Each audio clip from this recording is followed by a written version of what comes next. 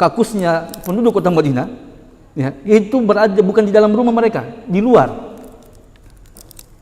Ya, tempat buang airnya seperti zaman-zaman kita dahulu di kampung. Ya. Zaman-zaman dahulu itu buang airnya di luar rumah. Ya, maksudnya ada tempat khusus untuk buang air besar.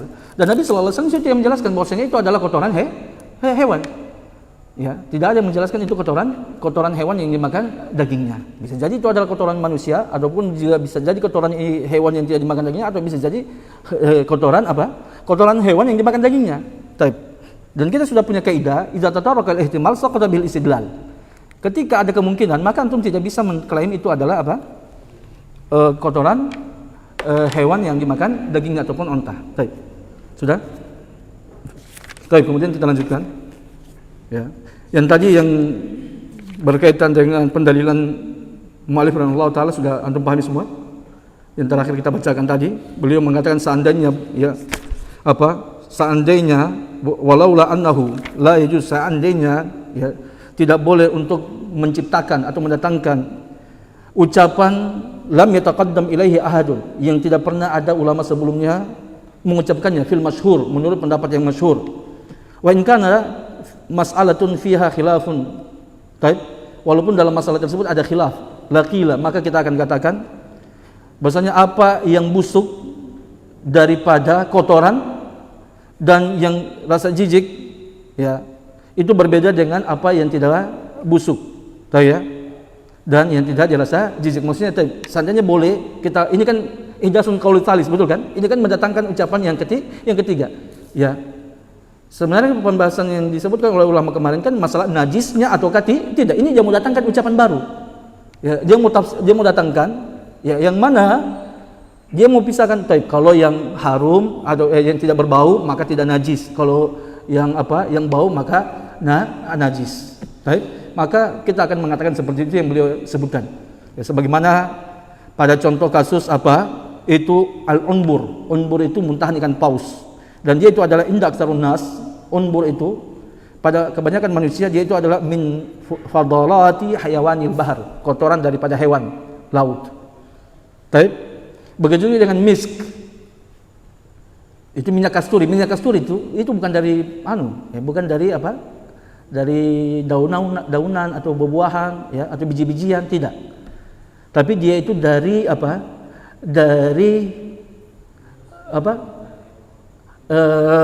beliau disebutkan fadlah damil hayawan, ya, yaitu sisa daripada darah hewan.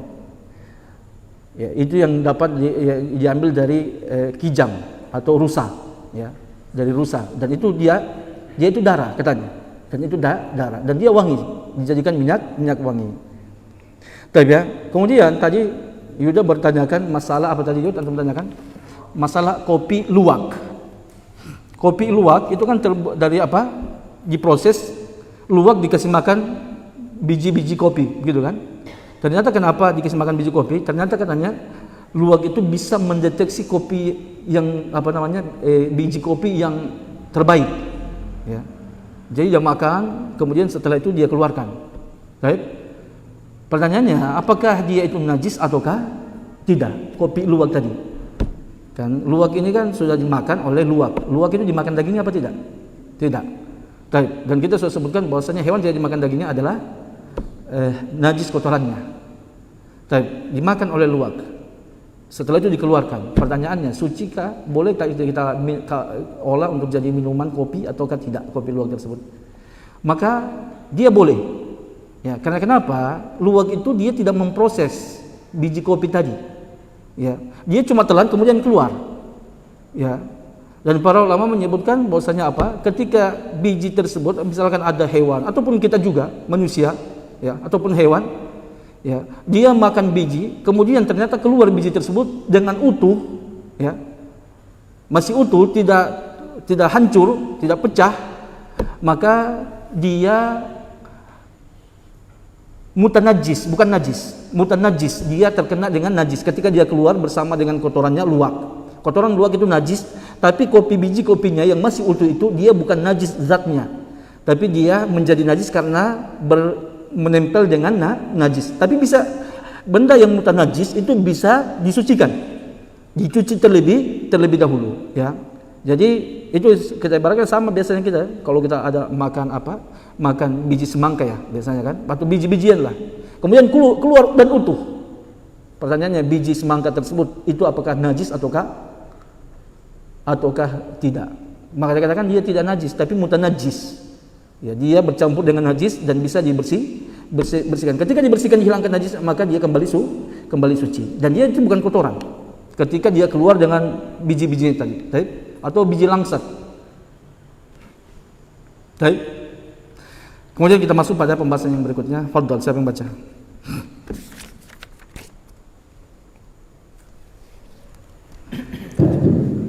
Bismillah, qala mu'allif rahimahullah ta'ala, al-mas'alatu as-sadisatu ma yu'fa anhu min an-najasati. اختلف الناس في قليل النجاسة على ثلاثة أقوال، فقوم رأوا قليلها وكثيرها سواء، وممن قال بهذا قول الشافعي، وقوم رأوا أن قليل النجاسة معفو عنه وحده بقدر الدرهم البغلي، وممن قال بهذا apa? Ada baca?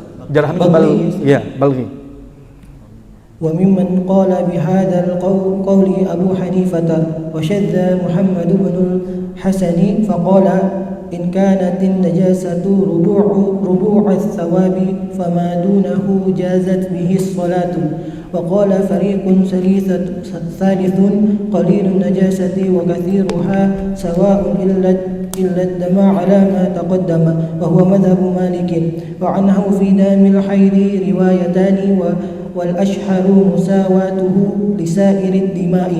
وسبب اختلافهم اختلفهم في قياس قليل النجاسة على الرخصة الواردة في الاستجمار، للعلم بأن النجاسة هناك باقية، ومن أجاز القياس على ذلك استجاز قليل النجاسة، ولذلك عدوه بالدرهم قياسا على قدر المخرج. ومن رأى أن تلك رخصة والرخص لا يقاس عليها منع ذلك. وأما سبب استثناء مالك من ذلك الدماء فقد تقدم. Baik, cukup. Sekarang kita masuk pada masalah yang keenam, yaitu tentang ma yu'fa anhu minan najasat. Apa yang dimaafkan darinya berupa najis-najis. Baik, maksudnya pembahasannya ini adalah ada sebagian najis itu yang disebutkan oleh para ulama dia dimaafkan ketika adanya dia. Ya. Tentunya ini berkaitan najis ini berkaitan dengan ibadah kita, ya, berkaitan dengan sholat kita. Misalkan ada najis di pakaiannya kita atau di tubuhnya kita, maka ukuran manakah atau bagian najis manakah yang diberikan maaf ketika menempel di pakaian ataupun di tubuhnya kita ataupun di tempat ibadahnya kita, khususnya sholat kita. Maka beliau mengatakan berkaitan dengan masalah tersebut, ya, terjadi khilaf di antara para ulama menjadi 3 pendapat. Maka pendapat yang pertama, qaumun ra'au qaliluha wa katsiruha sawaun. Ya, sebagian ulama ada yang berpendapat banyak ataupun sedikitnya itu sama. Wa mimman qala bihadzal qaul asy-Syafi'i, ya. Dan ulama yang berpendapat seperti ini adalah Imam Syafi'i rahimahullahu taala. Maksudnya apa? Beliau berpendapat, ya, najis, ya, banyak atau sedikitnya ketika menyentuh pakaian kita, maka dia itu membuat ibadah kita tidak sah ataupun sholat kita tidak sah. Baik. Wa qaumun, ya, coba antum lihat catatan kaki bagi yang punya kitab yang sama dengan ana, perhatikan, ya. Itu Imam Syafi'i tadi mengatakan beliau banyak ataupun sedikitnya sama. Di situ ada illa ma yuta'azzaru al-ihtirazu anhu kadamil barasi. Baik, kecuali ada darah yang memang sangat sulit untuk kita untuk kita terhindar daripadanya. Contohnya biasanya kan ada kita terluka gitu kan, ataupun bisul, itu kan sangat sulit. Kadang kita lagi ibadah tiba-tiba dia keluar sedikit, ya. Maka kalau memang darah-darah seperti itu yang sangat sulit untuk kita terhindar darinya, atau misalnya kita terluka dalam tubuh badan kita tiba-tiba keluar, maka itu dimaafkan. Begitu juga itu dia, ya. Sebagian ulama ya ada yang berpendapat bahwasanya qalilun najasati ma'fun anhu. Najis yang sedikit dimaafkan. Ya. Wa hadduhu biqadri dirham balghi, dan ya, memberikan batasan ukurannya seperti dirham al-balghi. Dirham balghi itu antum bisa lihat ya di antum bisa buka nanti di internet, tulis saja dirham balghi kemudian buka gambar. Dirham balghi itu seperti mata koin, mata uang, satu jenis daripada dirham yang hampir mirip dengan mata uang kita ya sekarang ini, ya, uang koin. Baik. Wa mimman qala bihadza al-qaul Abu Hanifah, dan di antara ulama yang berpendapat seperti ini adalah Imam Abu Hanifah rahimahullahu taala. Baik. Ya, beliau mengatakan kalau najisnya sedikit maka dimaafkan, dan ukuran najis sedikit menurut beliau adalah dirham balghi. Ya, seperti seukuran mata uang koin. Wasyadda Muhammad bin Hasan, dan ya, telah menyimpang Muhammad bin Hasan, salah satu murid daripada sahib daripada Imam Abu Hanifah. Ya, beliau mengatakan in kanat najasatu rubu'ul thawb, ya, fi madunahu jazat bihi shalah. Ya, meskipun najis itu 1/4 dari pakaian atau di bawahnya maka masih boleh sholat.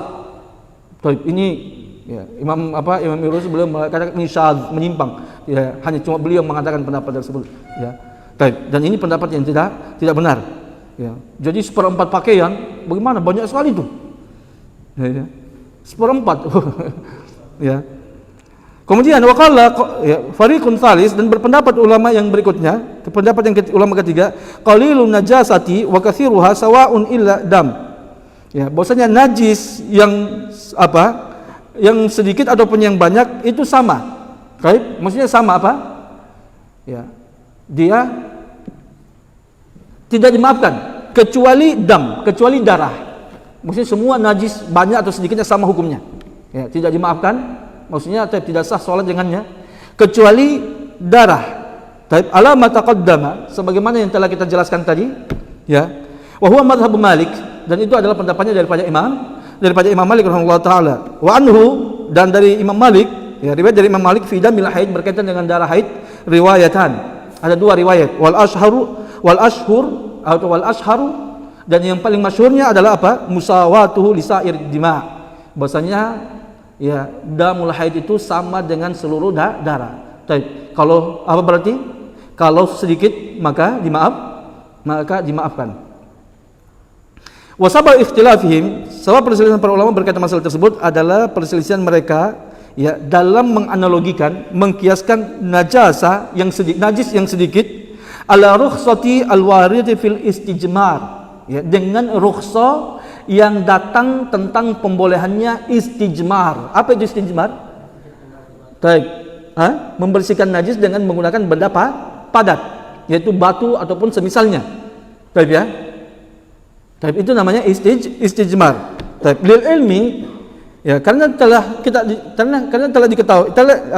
diketahui ya anna najasata hunaka baqiyatun, bahwasanya najis ya, itu tetap ada hunaka di mana itu? Ketika itu di tempatnya kotoran itu. Ya, ketika antum istijmar, pertanyaannya ketika antum tadi ya buang air besar kemudian tidak dapatkan air, antum membersihkan najis dengan batu 3 kali ya, dengan mengusapnya ya. Membersihkan dengan batu 3 kali misalkan, pertanyaannya antum yakin enggak hilang najisnya? Masih ada najis. Betul? Masih ada. Masih ada. Coba antum dulu. Kalau antum tidak pernah antum waktu kecil tidak pernah pergi di kebun. Kalau antum pernah pergi di kebun, ketika sakit kemudian antum buang air tidak dapat air, pasti antum melakukan itu. Tahu ya? Hah? Taib. Kalau betul zon. Ya, bahkan kita yakin kita. Ya, lil ilmi yakin. Antum coba yakin. Ya. Bukan lagi zon-zonan, ya.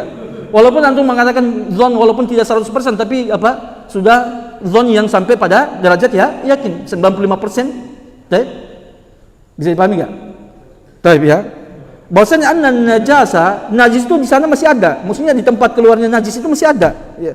Faman ajazal qiyas, barang siapa yang membolehkan mengkiaskan ya ala zalika ya, dengan istijmar, maka istajaza qalilun najasa, maka dia membolehkan najis yang sedikit.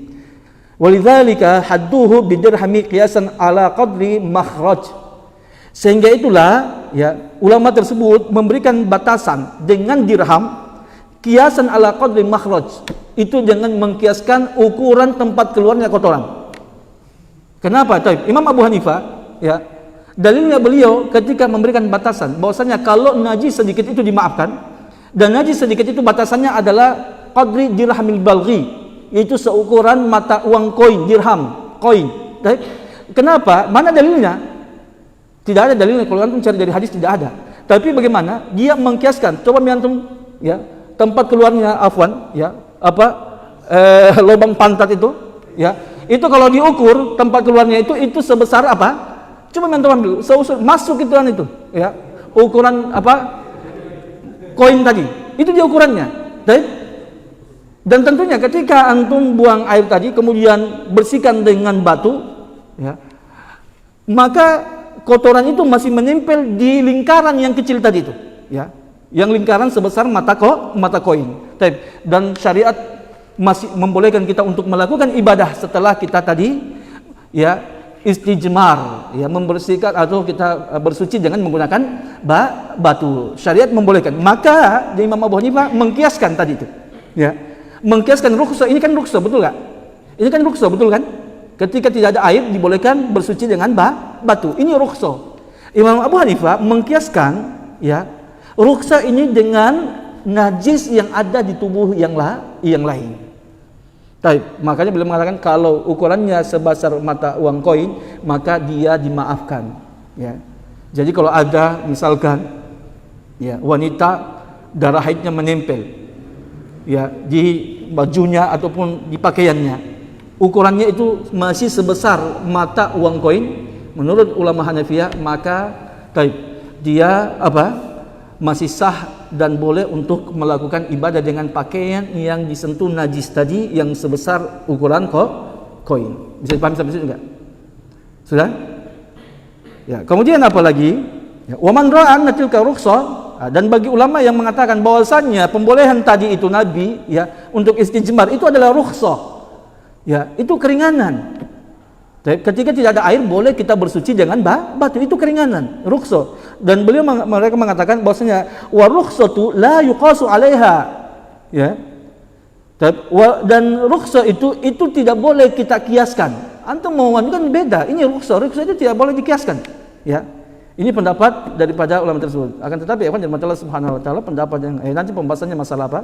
Masalah dalam kias. Apakah ya kias itu masuk kepada rukhsah, boleh dikiaskan ya, rukhsah itu boleh ya dikiaskan ataukah tidak. Maka di sini terjadi khilaf di antara para ulama. Ada yang mengatakan bahwasanya na'am ya, rukhsah itu yajri fihil qiyas atau yajri fihal qiyas. Qiyas itu masuk pada rukhsah juga ya, ketika ilahnya kita tahu. Intinya qiyas itu adalah apa? Pada ilah. Ketika dalam rukhsah tersebut kita tahu ilahnya apa, maka berarti adanya ilah menunjukkan bolehnya untuk apa? Untuk kita mengkiaskan sesuatu dengan yang telah datang alasan pembolehannya dengan adanya ilah tadi. Dan itu pendapat yang logi berkaitan masalah rukhsah tersebut ya. Wa amma sabab istinya'i Malik min zalika ya, min zalika dima faqad taqaddama. Adapun pengecualian daripada apa? Imam Malik berkaitan dengan pembolehan darah yang sedikit itu telah lewat tadi. Itu dia tadi. Hamdul mutlaq alal muqayyad. Wa tafsil mazhab Abi Hanifah, perincian daripada mazhab Imam Abu Hanifah, anna najasata indahu tanqasimu ila mughallazatin wa mukhaffafatin. Bahwasanya Imam Abu Hanifah membagi najis itu menjadi mughallazah ya, yang apa? Yang berat, dan yang mukhaffafah, yaitu yang ringan. Tapi pembagian ini bukan cuma Imam Malik, semua ulama mazhab itu membagi hal tersebut. Termasuk Imam Syafi'i, Imam Ahmad juga membagi najis itu terbagi dua. Ada najis mukhaffafah dengan ada najis mughalladha, dan ada najis mutawassit. Baik. Kemudian beliau mengatakan mana? Ya. Wa annal mughalladha hiya allati yufa minha inda qadri dirham. Ya. Dan bahwasanya najis yang mughalladha itu dia dimaafkan ya apabila ada seukuran dirham. Wal mukhaffafah, dan ya najis yang mukhaffafah hiya allati yu'fa minha an rubi'i thawb, Kalau najisnya yang mukhaffafah, maka dimaafkan dari najis yang mukhaffafah 1/4 daripada pakaian. Itu kalau najis yang mukhaffafah. Ya. Wal mukhaffafatu indahum, dan najis mukhaffafah menurut mereka itu adalah misal aurasid dawab. Ya, yaitu apa? Kotoran daripada hewan, ya. Wa ma la tanfakku minhu at-turqu ghaliban, ataupun najis-najis yang susah untuk terlepas dari jalan. Ya, maksudnya biasanya ada ya, enggak tahu bagaimana itu gambarannya kalau kita sekarang. Kalau zaman para ulama kita dahulu ya jelas kan, jalannya mereka kan tidak seperti kita dulu kan. Jalannya ya, jalan mereka jalan juga mungkin di situ ada najis-najis. Maka kalau memang najis tersebut ya sangat sulit untuk dihindari daripada jalan, maka dia dikategorikan najis mukhaffafah. Wa taqsimuha iyaha ila mughalladatin wa mukhaffafatin hasanun jiddan. Dan pembagian Imam Abu Hanifah tentang hadis mukhaffafah dan mughalladzah itu sangat baik sekali. Tapi perhatikan Ibnu Hajar Subhanahu wa taala, dhabitnya dalam ulama Hanafiyah, dhabit dalam ulama Hanafiyah berkaitan dengan masalah najis mukhaffafah dan mughalladzah. Ya, dalam ulama Hanafiyah najis mughalladzah itu adalah najis yang telah datang nasnya secara syar'i tentang kenajisannya dan tidak ada dalil yang lain yang menjelaskan kesuciannya. Maksudnya tidak ada dalil yang menentangnya. Sudah? Bisa dipahami sampai situ? Kalau yang mukhaffafah yaitu najis ya, yang datang dalilnya di dalam syariat tapi datang dalil lain yang menyelisihinya, diperselisihkan maksudnya. Itu najis yang mukhaffafah menurut ulama Hanafiyah. Ya, contohnya makanya beliau mengatakan situ contohnya apa? Mana tadi? Auratul dawab. Contohnya kotoran-kotoran daripada hewan. Ini kan tadi diperselisihkan, betul kan? Bisa dipahami enggak? Ya, diperselisihkan. Makanya beliau mengatakan itu najis yang mukhaffafah.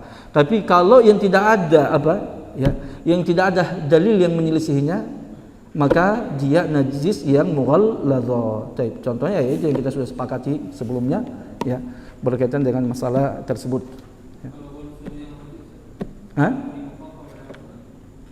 Baul sobi rabi dia mutawassit.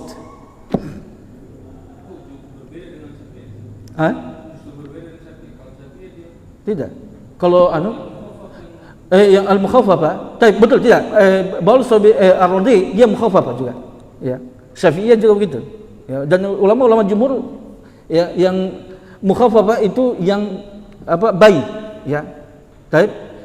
Kalau yang mutawassithah itu dia apa? Yang selain itu. Kalau yang mughalladzah ya dalam mazhab Syafi'i dan Hanbali itu adalah apa? Anjing ataupun babi. Kalau dalam mazhab Syafi'iyah. Tapi kalau Hanafiyah tidak. Hanya apa? Babi. Ya. Jadi itu tafsilatnya nanti antum silakan cari sendiri nanti dalam pembahasan setiap mazhab. Ya, itu dia. Kita lanjutkan lagi. Yang terakhir al-mas'alatul sabi'ah. Masalah yang ketujuh adalah al-mani. Mani dia najis ataukah tidak? Maka beliau mengatakan ikhtalafu fil mani. Para ulama berselisih pendapat berkaitan mani. Najis ataukah tidak? Hal huwa najisun amla? Apakah mani itu najis atau tidak? Maka ya, sebagian daripada ulama di antaranya Imam Malik dan Imam Abu Hanifah berpendapat bahwasanya dia adalah najis. Imam Malik dan Imam Abu Hanifah mengatakan mani adalah najis. Ya. Wa dhahabat ta'ifatun ila annahu tahir. Sebagian ulama lain berpendapat mani itu adalah suci.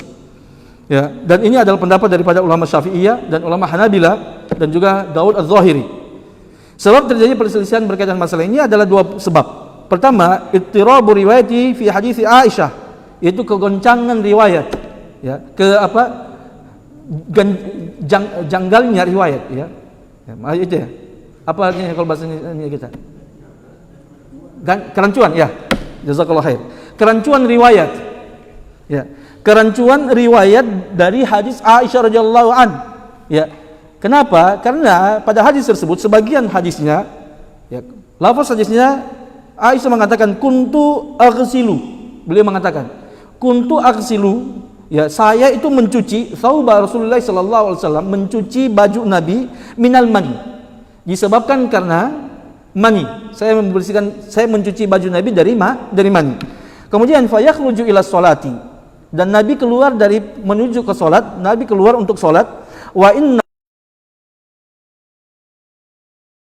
la buqa'u atau la buqa'a al-ma'i, ada bekas air cucian daripada Aisyah radhiyallahu anha, ya. Dan dalam riwayat yang lain, ya, beliau mengatakan, ya, afrukuhu, ya, min thawbi Rasulullah sallallahu alaihi wasallam, bahwasanya saya mengerik bukan mencuci, tapi lafaznya mengeruk, ya, mengeruk mani dari pakaian Nabi sallallahu alaihi wasallam, ya, fayusalli fihi, kemudian Nabi salat menggunakan pakaian tersebut. Kharraja hadhihi ziyadah Imam Muslim mengeluarkan tambahan tersebut. Ini dia. Ya, jadi ada dua riwayat berkaitan dengan masalah tersebut. Itu alasan pertama. Alasan keduanya adalah apa? Taraddudul mani baina an yushbihal ahdatsil kharijati minal badan wa baina an yushbiha bi khuruji fadalati tahirati kal labani wa ghairihi. Yaitu apa? Taraddudul mani. Ini dari dulu ini kita terjemahkan ini. Ya, belum dapat kayaknya kata-kata yang indah untuk diucapkan, ya, untuk menerjemahkan kalimat taraddud. Keberadaan mani antara apa? Ya, keadaan mani, ya, antara penyerupaan dia dengan hadis atau apa najis-najis yang keluar daripada badan, ataukah penyerupaan dia dengan al-fadalat, ya, sesuatu yang fadalatut tahirah, sesuatu yang keluar dari benda suci seperti susu dan semisalnya. Maksudnya mani ini mau dikiaskan kemana? Apakah dikiaskan kepada najis yang keluar dari badan? Contohnya madhi, begitu juga dengan wadi, ataupun najis-najis yang lainnya, ataukah dia dikiaskan kepada benda yang suci yang keluar daripada tubuh? Contohnya susu wanita tentunya. Itu kan dia fadalat, dia sesuatu yang lebih yang keluar. Maka, ya, beliau mengatakan, faman jamal ahaditsa kullaha, barang siapa yang menggabungkan, mengkompromikan hadis-hadis semuanya, bi an hamal al-ghusl ala babin nadzafah, dengan membawa hadis yang menyebutkan Aisyah mencuci pakaian Nabi dari mani, dibawa bahwasanya itu min babin nadzafah, itu maksudnya pada pembahasan kebersihan, bukan pembahasan najis. Itu cuma untuk nadzafah saja, ya. Tidak semua yang dicuci itu najis, betul kan? Benar enggak? Tidak semua yang dicuci itu najis. Tapi kenapa dia dicuci? Ya bukan alasan kita mencuci sesuatu itu bukan cuma karena dia najis, tapi karena memang masalah kebersihan, ya. Maka dia membawa perintah untuk mencuci tadi itu alasannya karena untuk kesucian, untuk pembersihan, nadzafah, kebersihan, bukan karena najis. Ya. Wastadalla, dan dia berdalil minal farqi ala taharati ala aslihi fi anna al farqa la yutahhiru najasatan. Dan dia berdalil dengan kerukan, ya, yang dilakukan oleh Aisyah ala taharah, kepada sucinya apa? Sucinya baju tersebut, ya. Ala aslihi, berdasarkan apa? Berdasarkan kaidahnya, annal farqa, bahwasannya kerukan itu la yutahhiru najasa, tidak membersihkan najis. Tapi mereka mengatakan, Aisyah mengatakan, saya mengeruk mani dari pakaian Nabi sallallahu alaihi wasallam. Mengeruk mani dari pakaian Nabi sallallahu alaihi wasallam menunjukkan apa? Menunjukkan tidaklah najisnya. Seandainya mani najis, maka tidak cukup dikeruk. Karena kenapa? Kalau dikeruk itu masih ada, ya, tidak membersihkan. Ya, dia hanya mengurangi, tapi tetap ada. Menunjukkan dengan perbuatan mengeruk tersebut bahwasannya itu adalah dalil menunjukkan mani tidaklah najis. Kalau najis maka tidak cukup dengan kerukan, harus dicuci. Sudah paham situ, ya? Wa qasahu, kemudian dia setelah itu berdalil, ya, dengan hadis Aisyah tadi mengatakan Aisyah mengkeruk, ya, mani dari pakaian Nabi, ya, dan kerukan itu tidak menghilangkan najis, menunjukkan mani adalah suci, bukan najis. Kemudian waqasahu, kemudian dia mengkiaskan lagi ala laban, Ya, dia mengkiaskan mani itu sama dengan sesuatu yang keluar daripada tubuh dari benda suci. Contohnya susu. Ya, susu di sini maksudnya ya asinya ibu kepada anaknya. Baik. Wa ghairuhu minal fadalati syarifah lam yarahu najisan. Atau selainnya daripada sesuatu yang keluar yang lain, ya, yang syarifah, yang mulia, yang suci maksudnya, ya, yang tidak dianggap sebagai najis. Baik, itu dikiaskan situ. Wa man rajjaha hadisal ghusli. Baik. Barang siapa yang lebih merojikan, kalau tadi itu metode jamak, itulah mazhabnya Imam Syafi'i dan Imam Ahmad. Kalau sekarang mazhabnya Imam Malik dan Imam Abu Hanifah. Barang siapa yang merojikan hadisul ghusli, ya, hadis mencuci alal farq, ya, dibandingkan mengerik, maksudnya dia lebih menguatkan berpegang dengan hadis apa? Mencuci daripada mengerik. Fahima minhu an-najasa, maka dia akan pahami tentang najisnya mani. Karena kenapa? Aisyah mencucinya. Tidaklah dicuci, ketika dicuci menunjukkan dia adalah najis. Karena ya, kalau bukan najis tidak perlu dicuci, dan dia lebih menguatkan hadis yang mengatakan memilih hadis mencuci. Ya. Kemudian wafai mana dia? Wa kana bil ahdathi indahu ashbah minhu mimma laysa bihadatsin qala innahu najisun. Ya.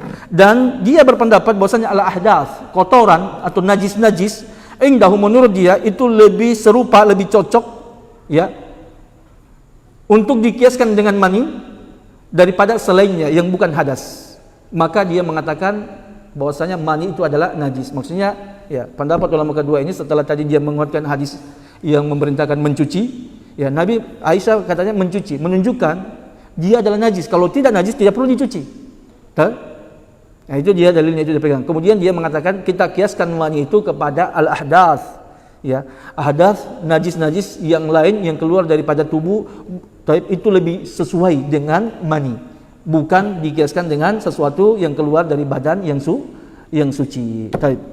Wa kadzalika aidan man i'taqada anna najasata tazulu bil farq qala. Begitu juga sebagian ulama yang berkeyakinan bahwasanya najis itu bisa hilang dengan kerikan, maka dia akan berkata bahwasanya kerikan itu yadullu ala najasatihi, bahwasanya apa? Kerukan itu menunjukkan tentang najisnya. Dia sebaliknya lagi, ya. Kalau mani tidak najis, maka untuk apa dikeruk? Itulah, paham enggak? Benar kan? Biarkan saja. Dapat dikeruk. Ya. Menunjukkan maka dia najis. Kan masih ada sisanya. Ma'fuun, dia dimaafkan kalau sedikit. Jadi apa ulama Hanabilah. Bisa dipahami enggak? Ya. Jadi berdalil begitu. Ya. Menunjukkan dia dikeruk, menunjukkan dia najis karena dikeruk. Kalau seandainya dia tidak najis tidak perlu dikeruk. Adapun dia dikeruk, ya, kemudian masih ada sisanya, sisanya itu tinggal sedikit. Ya, sedikit itu najis, yang sedikit tadi itu ma'fuun anhu, dimaafkan. Ya, bisa dipahami sampai situ? Wa huwa mazhabu Abi Hanifah, dan itu adalah mazhabnya Imam Abu Hanifah. Kita sudah pahami tadi tentang pembahasan mazhabnya Imam Abu Hanifah. Kalau najisnya sedikit, ya, seukuran koin, maka dia suci, atau bukan suci, ya, maksudnya dimaafkan, bukan disuci. Wa ala hadza fala hujjata li ulaika min fi qawliha fa yusalli fihi, ya. Oleh sebab itu maka tidak, kalau berdasarkan ini tidak ada hujjah bagi para ulama tadi yang mengatakan, ya, Aisyah mengatakan fa yusalli bihi, Nabi salat dengan pakaian tadi itu kan tadi dalam hadisnya. Tidak ada hujjah buat antum. Karena kenapa? Ya, dimaafkan kok. Ya. Karena najisnya tinggal sedikit setelah dikerik, najisnya sedikit. Dan najis yang sedikit, boleh kita menggunakan pakaian yang ada najisnya sedikit untuk sholat, dimaafkan. Sudah paham sampai situ? Ya. Mana? Bal fihi hujjatul li Abi Hanifah fi anna najasata tazulu bi ghairil ma'. Bahkan, ya, di sini ada dalil buat Imam Abu Hanifah ketika pembahasan nanti masalah apakah najis bisa harus dihilangkan cuma dengan air, atau boleh dengan yang lainnya.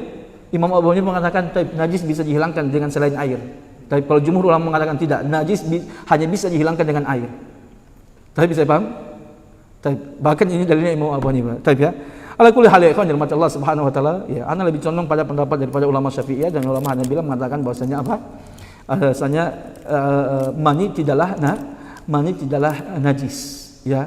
Mani tidaklah najis dan ya dalilnya seperti yang disebutkan tadi pada ulama kita jumhur, ya Nabi sallallahu alaihi wasallam Aisyah mengeruknya, ya, dan tidak membersihkannya, ya maka dia tidaklah najis. Baik. Ala kulli hal, antum paham pendalilannya para ulama berkaitan masalah ini, ya.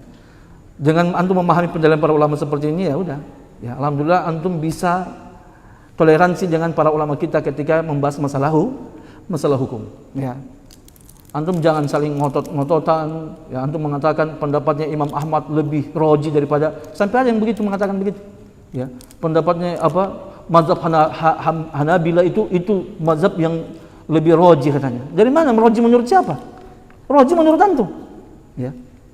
Kalau memang pendapatnya Imam Ahmad roji, paling semua mayoritas daripada para ulama itu akan mengikuti mazhabnya Imam Ahmad. Maka tidak akan ada mazhab yang lainnya. Ya, jadi antum mau mengklaim pendapat satu mazhab itu lebih roji atau pendapat Imam Syafi'i itu lebih roji daripada pendapat ulama-ulama yang lainnya, ya.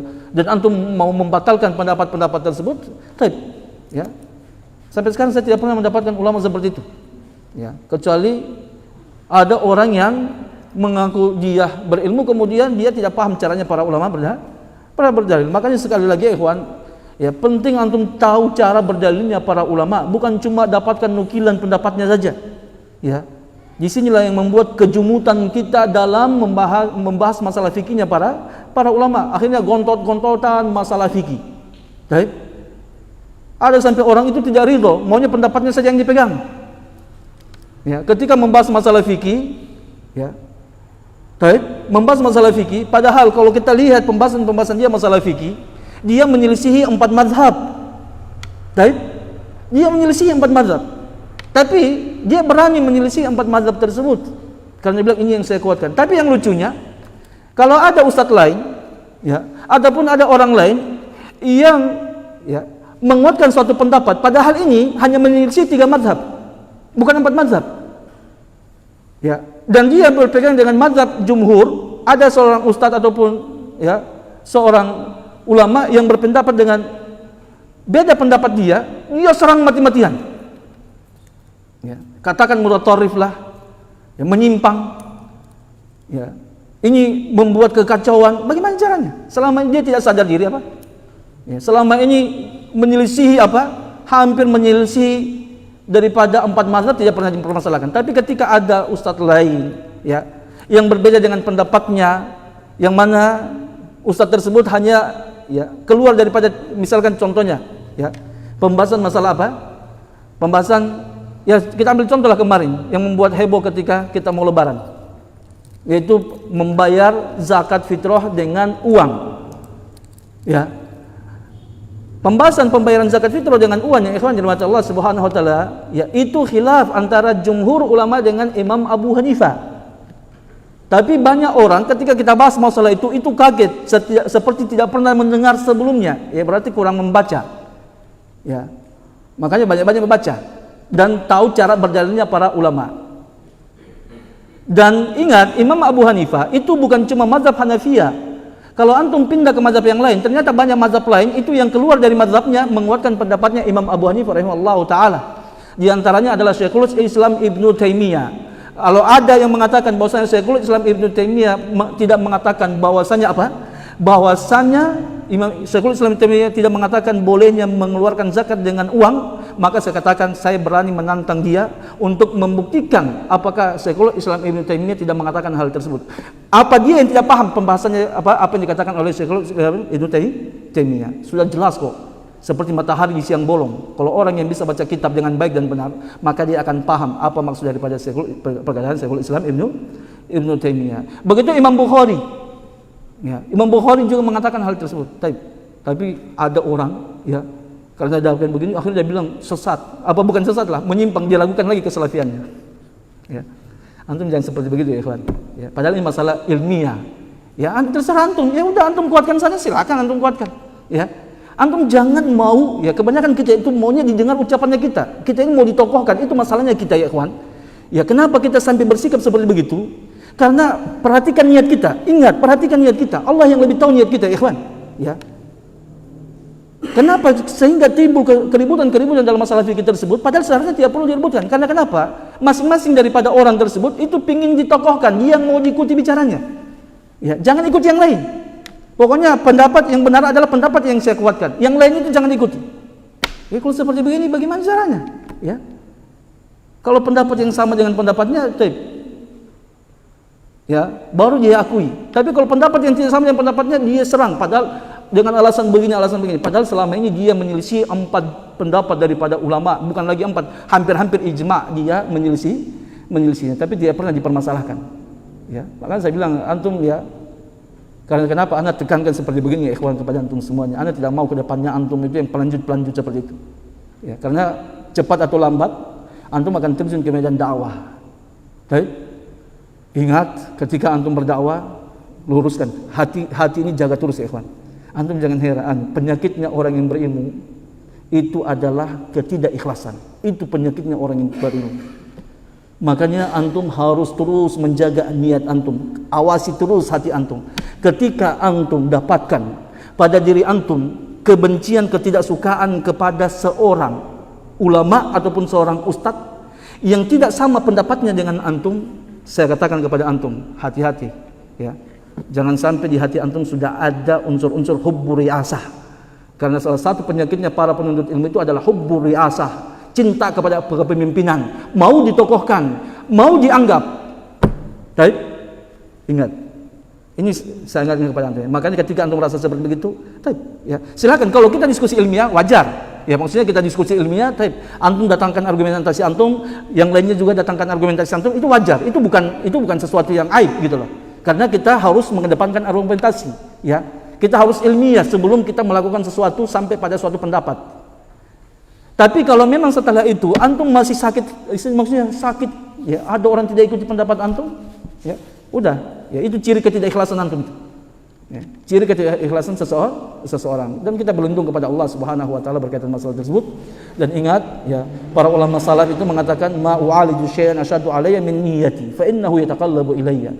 Tidak ada satu perkara yang paling sulit saya bersihkan pada diriku, ya, yang paling sulit untuk saya perbaiki pada diriku kecuali hatiku. Karena apa? Karena hati itu berbolak-balik terus, ya. Tidak ada gunanya kalau kita, ya ikhwan, orang yang pertama kali dicelupkan di api neraka itu siapa?